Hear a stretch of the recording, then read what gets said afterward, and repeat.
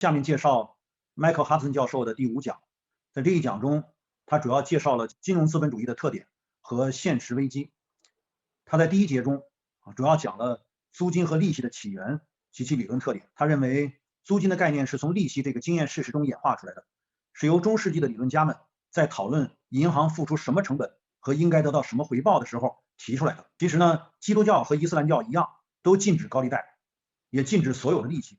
所以一开始利息和高利贷都没有单独的概念，但是因为从中世纪十字军几次东征，那它需要相当的资金支持，那要通过教会、银行贷款，那这样呢，教会就命令这个支持十字军东征，这样呢就可以收费了。但这时候呢也不叫利息，而称之为货币兑换费，因为当时呢这种高度分散的小邦林立的欧洲没有统一的货币，但本质上教会允许这个所谓货币兑换的这个费用，就相当于收取利息了。那这又是为垄断特权而支付的这笔费用。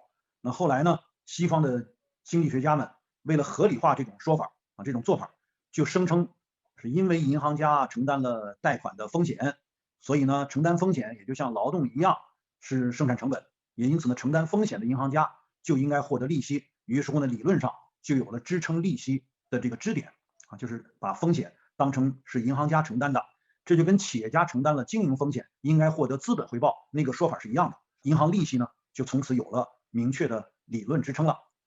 那当然其实呢，大家应该都知道，银行家的这个风险其实是被各种各样的这个风险防范机制其实已经被化解掉了。因为银行家承担的金融风险的很大程度上，金融问题一旦是被风险所这个引爆，那它就是全社会承担最终代价，承担损失的一个风险。就像比如说大家都知道2007年美国爆发次贷危机，2008年爆发金融危机，银行家其实并不承担风险，是要政府救市。那政府救市呢，又是向全社会转嫁银行最终风险。那所以呢，大家应该知道这个说法呢，其实是一个让银行来占有这个利息收入，其实就等于占有金融租的这么一个理论支撑当然这个很重要，是因为银行毕竟是一个很重要的金融领域的操作部门，它也需要它的政策它的制度等等也需要自圆其说，因此这个理论呢它应运而生，应该说是重要的。所以这段呢，我觉得它这个分析呢，是从一个这个理论的角度给了大家一个解释，从历史的角度呢，也给了一些分析，告诉人们呢，这利息到底是怎么来的那为什么利息现在变成了这个合法的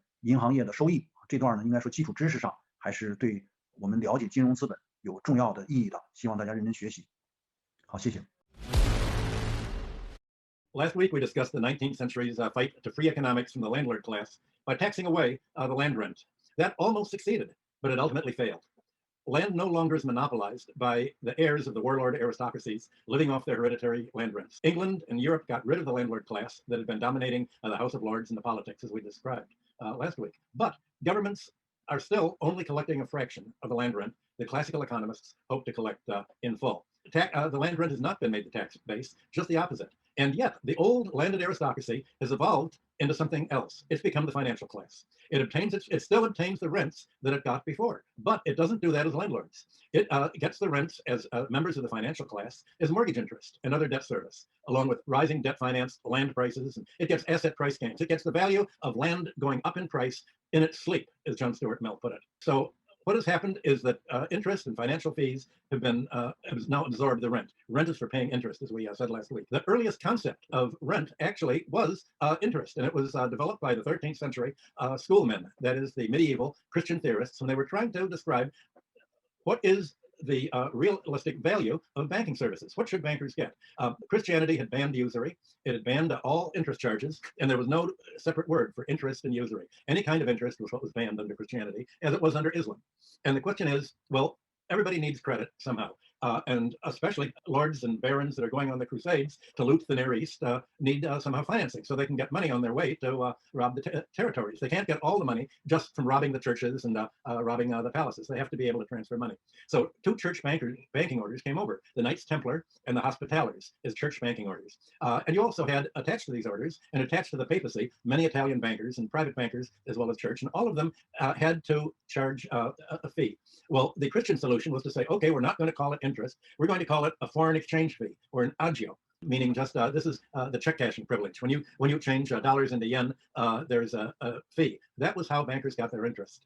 They pretended that the interest they charged was simply a fee for changing the currency from one currency to another, or from sending money from London or France to the Near East to fund the Crusades, so that the knights going on the Crusades would have something to spend on their way. So the common denominator between interest and rent is they're both paid for a monopoly privilege. The schoolmen focused on bringing prices in line with what are the actual necessary costs of production. And this was basically what developed into the labor theory of value in classical times. But one of the costs of production that the Christian schoolmen thought of was, well, risk. What if the banker loses the money? What if they're sending money abroad and the ship sinks? So the risk was somehow grafted onto the labor theory of value. And this basically approach became the labor theory of value later, saying, well, bankers should cover their cost, and the cost is ultimately reducible to labor plus risk, but they shouldn't get any extra. The extra thing is rent, and we don't want them to get it.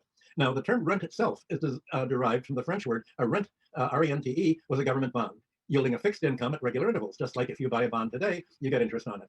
And an obvious parallel exists with landlords. Landlords get rent at harvest time, or they get a monthly rent for townhouses, and a government bond pays interest regularly. So the common denominator is a legal monopoly privilege to receive income by a property claim, instead of by one's own labor. The bankers didn't really have to exert their own labor to get interest on what they advanced, but they had the right to change money, to charge interest, and they were the only legal people who could make loans. If small people did it, it was called usury very often, but if a church order did it, and especially if the church order went to the kings and to the nobles at the top of the pyramid, then it wasn't called a crime. Just like credit, land has no inherent cost of production, but it is appropriated by landlord to charge a ground rent to tenants. Bankers are much the same way. They create credit on which they charge interest without much regard for the actual cost of providing the service. So it's hardly surprising that Ricardo, who was a banker, turned rent theory away from this early focus on interest, because he was a bond broker, and he was the most renowned lobbyist in Parliament for Britain's banking sector. So obviously, he wasn't going to say that, well, the interest that we get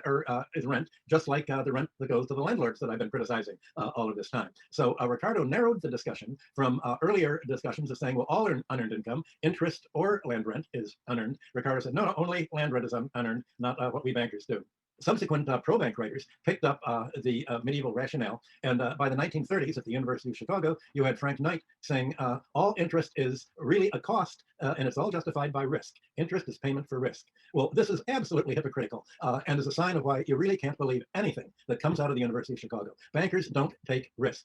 In the first place, they insist on collateral that is twice as much collateral for any loan that they're making out. So the collateral they have is worth more than the money, and they have the right to foreclose on it. Secondly, if there is a risk, they all decide if they have to lose money, the whole financial system will collapse, and the government has to bail them out. The financial collapse system did collapse in 2008 in the United States and Europe. Bankers said, if we have to take a loss, we will wreck the economy.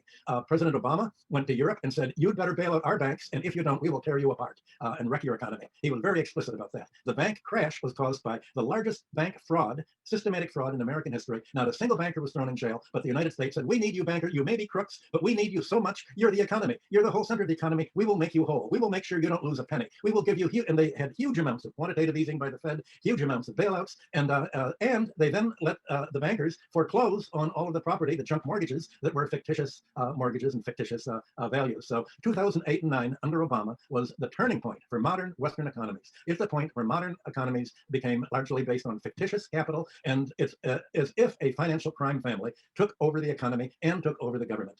And that's what we're going to talk about today. That's finance capitalism's dynamic, to prevent any risk for the bankers themselves, to make the public bear the risk, and then to make increasingly large, reckless loans to expand interest, expand the loan volume, and as the loan volume expands, so does the debt service. So we're dealing with the financial sector has been made very largely risk-free, and it's a purely monopoly privilege to be able to go into a bank, have a bank credit your deposit with a loan, you sign an IOU for the mortgage and all of it, and you sign over your property, and the bank creates a loan. This is a legal monopoly. When you go to a bank and take out a loan, they don't say, well, let me see how much money I have, and if we have enough money to lend you, they create it on their computer keyboards.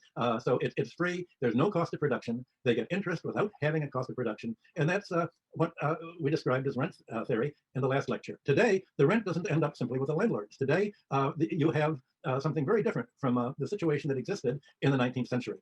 Today, nearly 2/3 of Americans own their own homes, and about 4/5 of Scandinavians and Northern Europeans. So unlike the case in antiquity, when running into debt was the first step towards losing the homestead, the 20th century enabled families in North America and Europe to get a homestead, to get their own property by going to a bank and borrowing and buying it on credit. So land has been democratized. It no longer belongs to a hereditary landlord class, but it's been democratized on credit.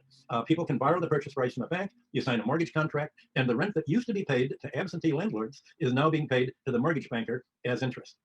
Well, democratizing homeownership and other real estate has made mortgage credit the major market for banks, and something amounting to about 80% of bank loans in the United States and Britain is for mortgage lending. Mortgage lending is the most profitable arm for banks. Bankers have lobbied against property taxes.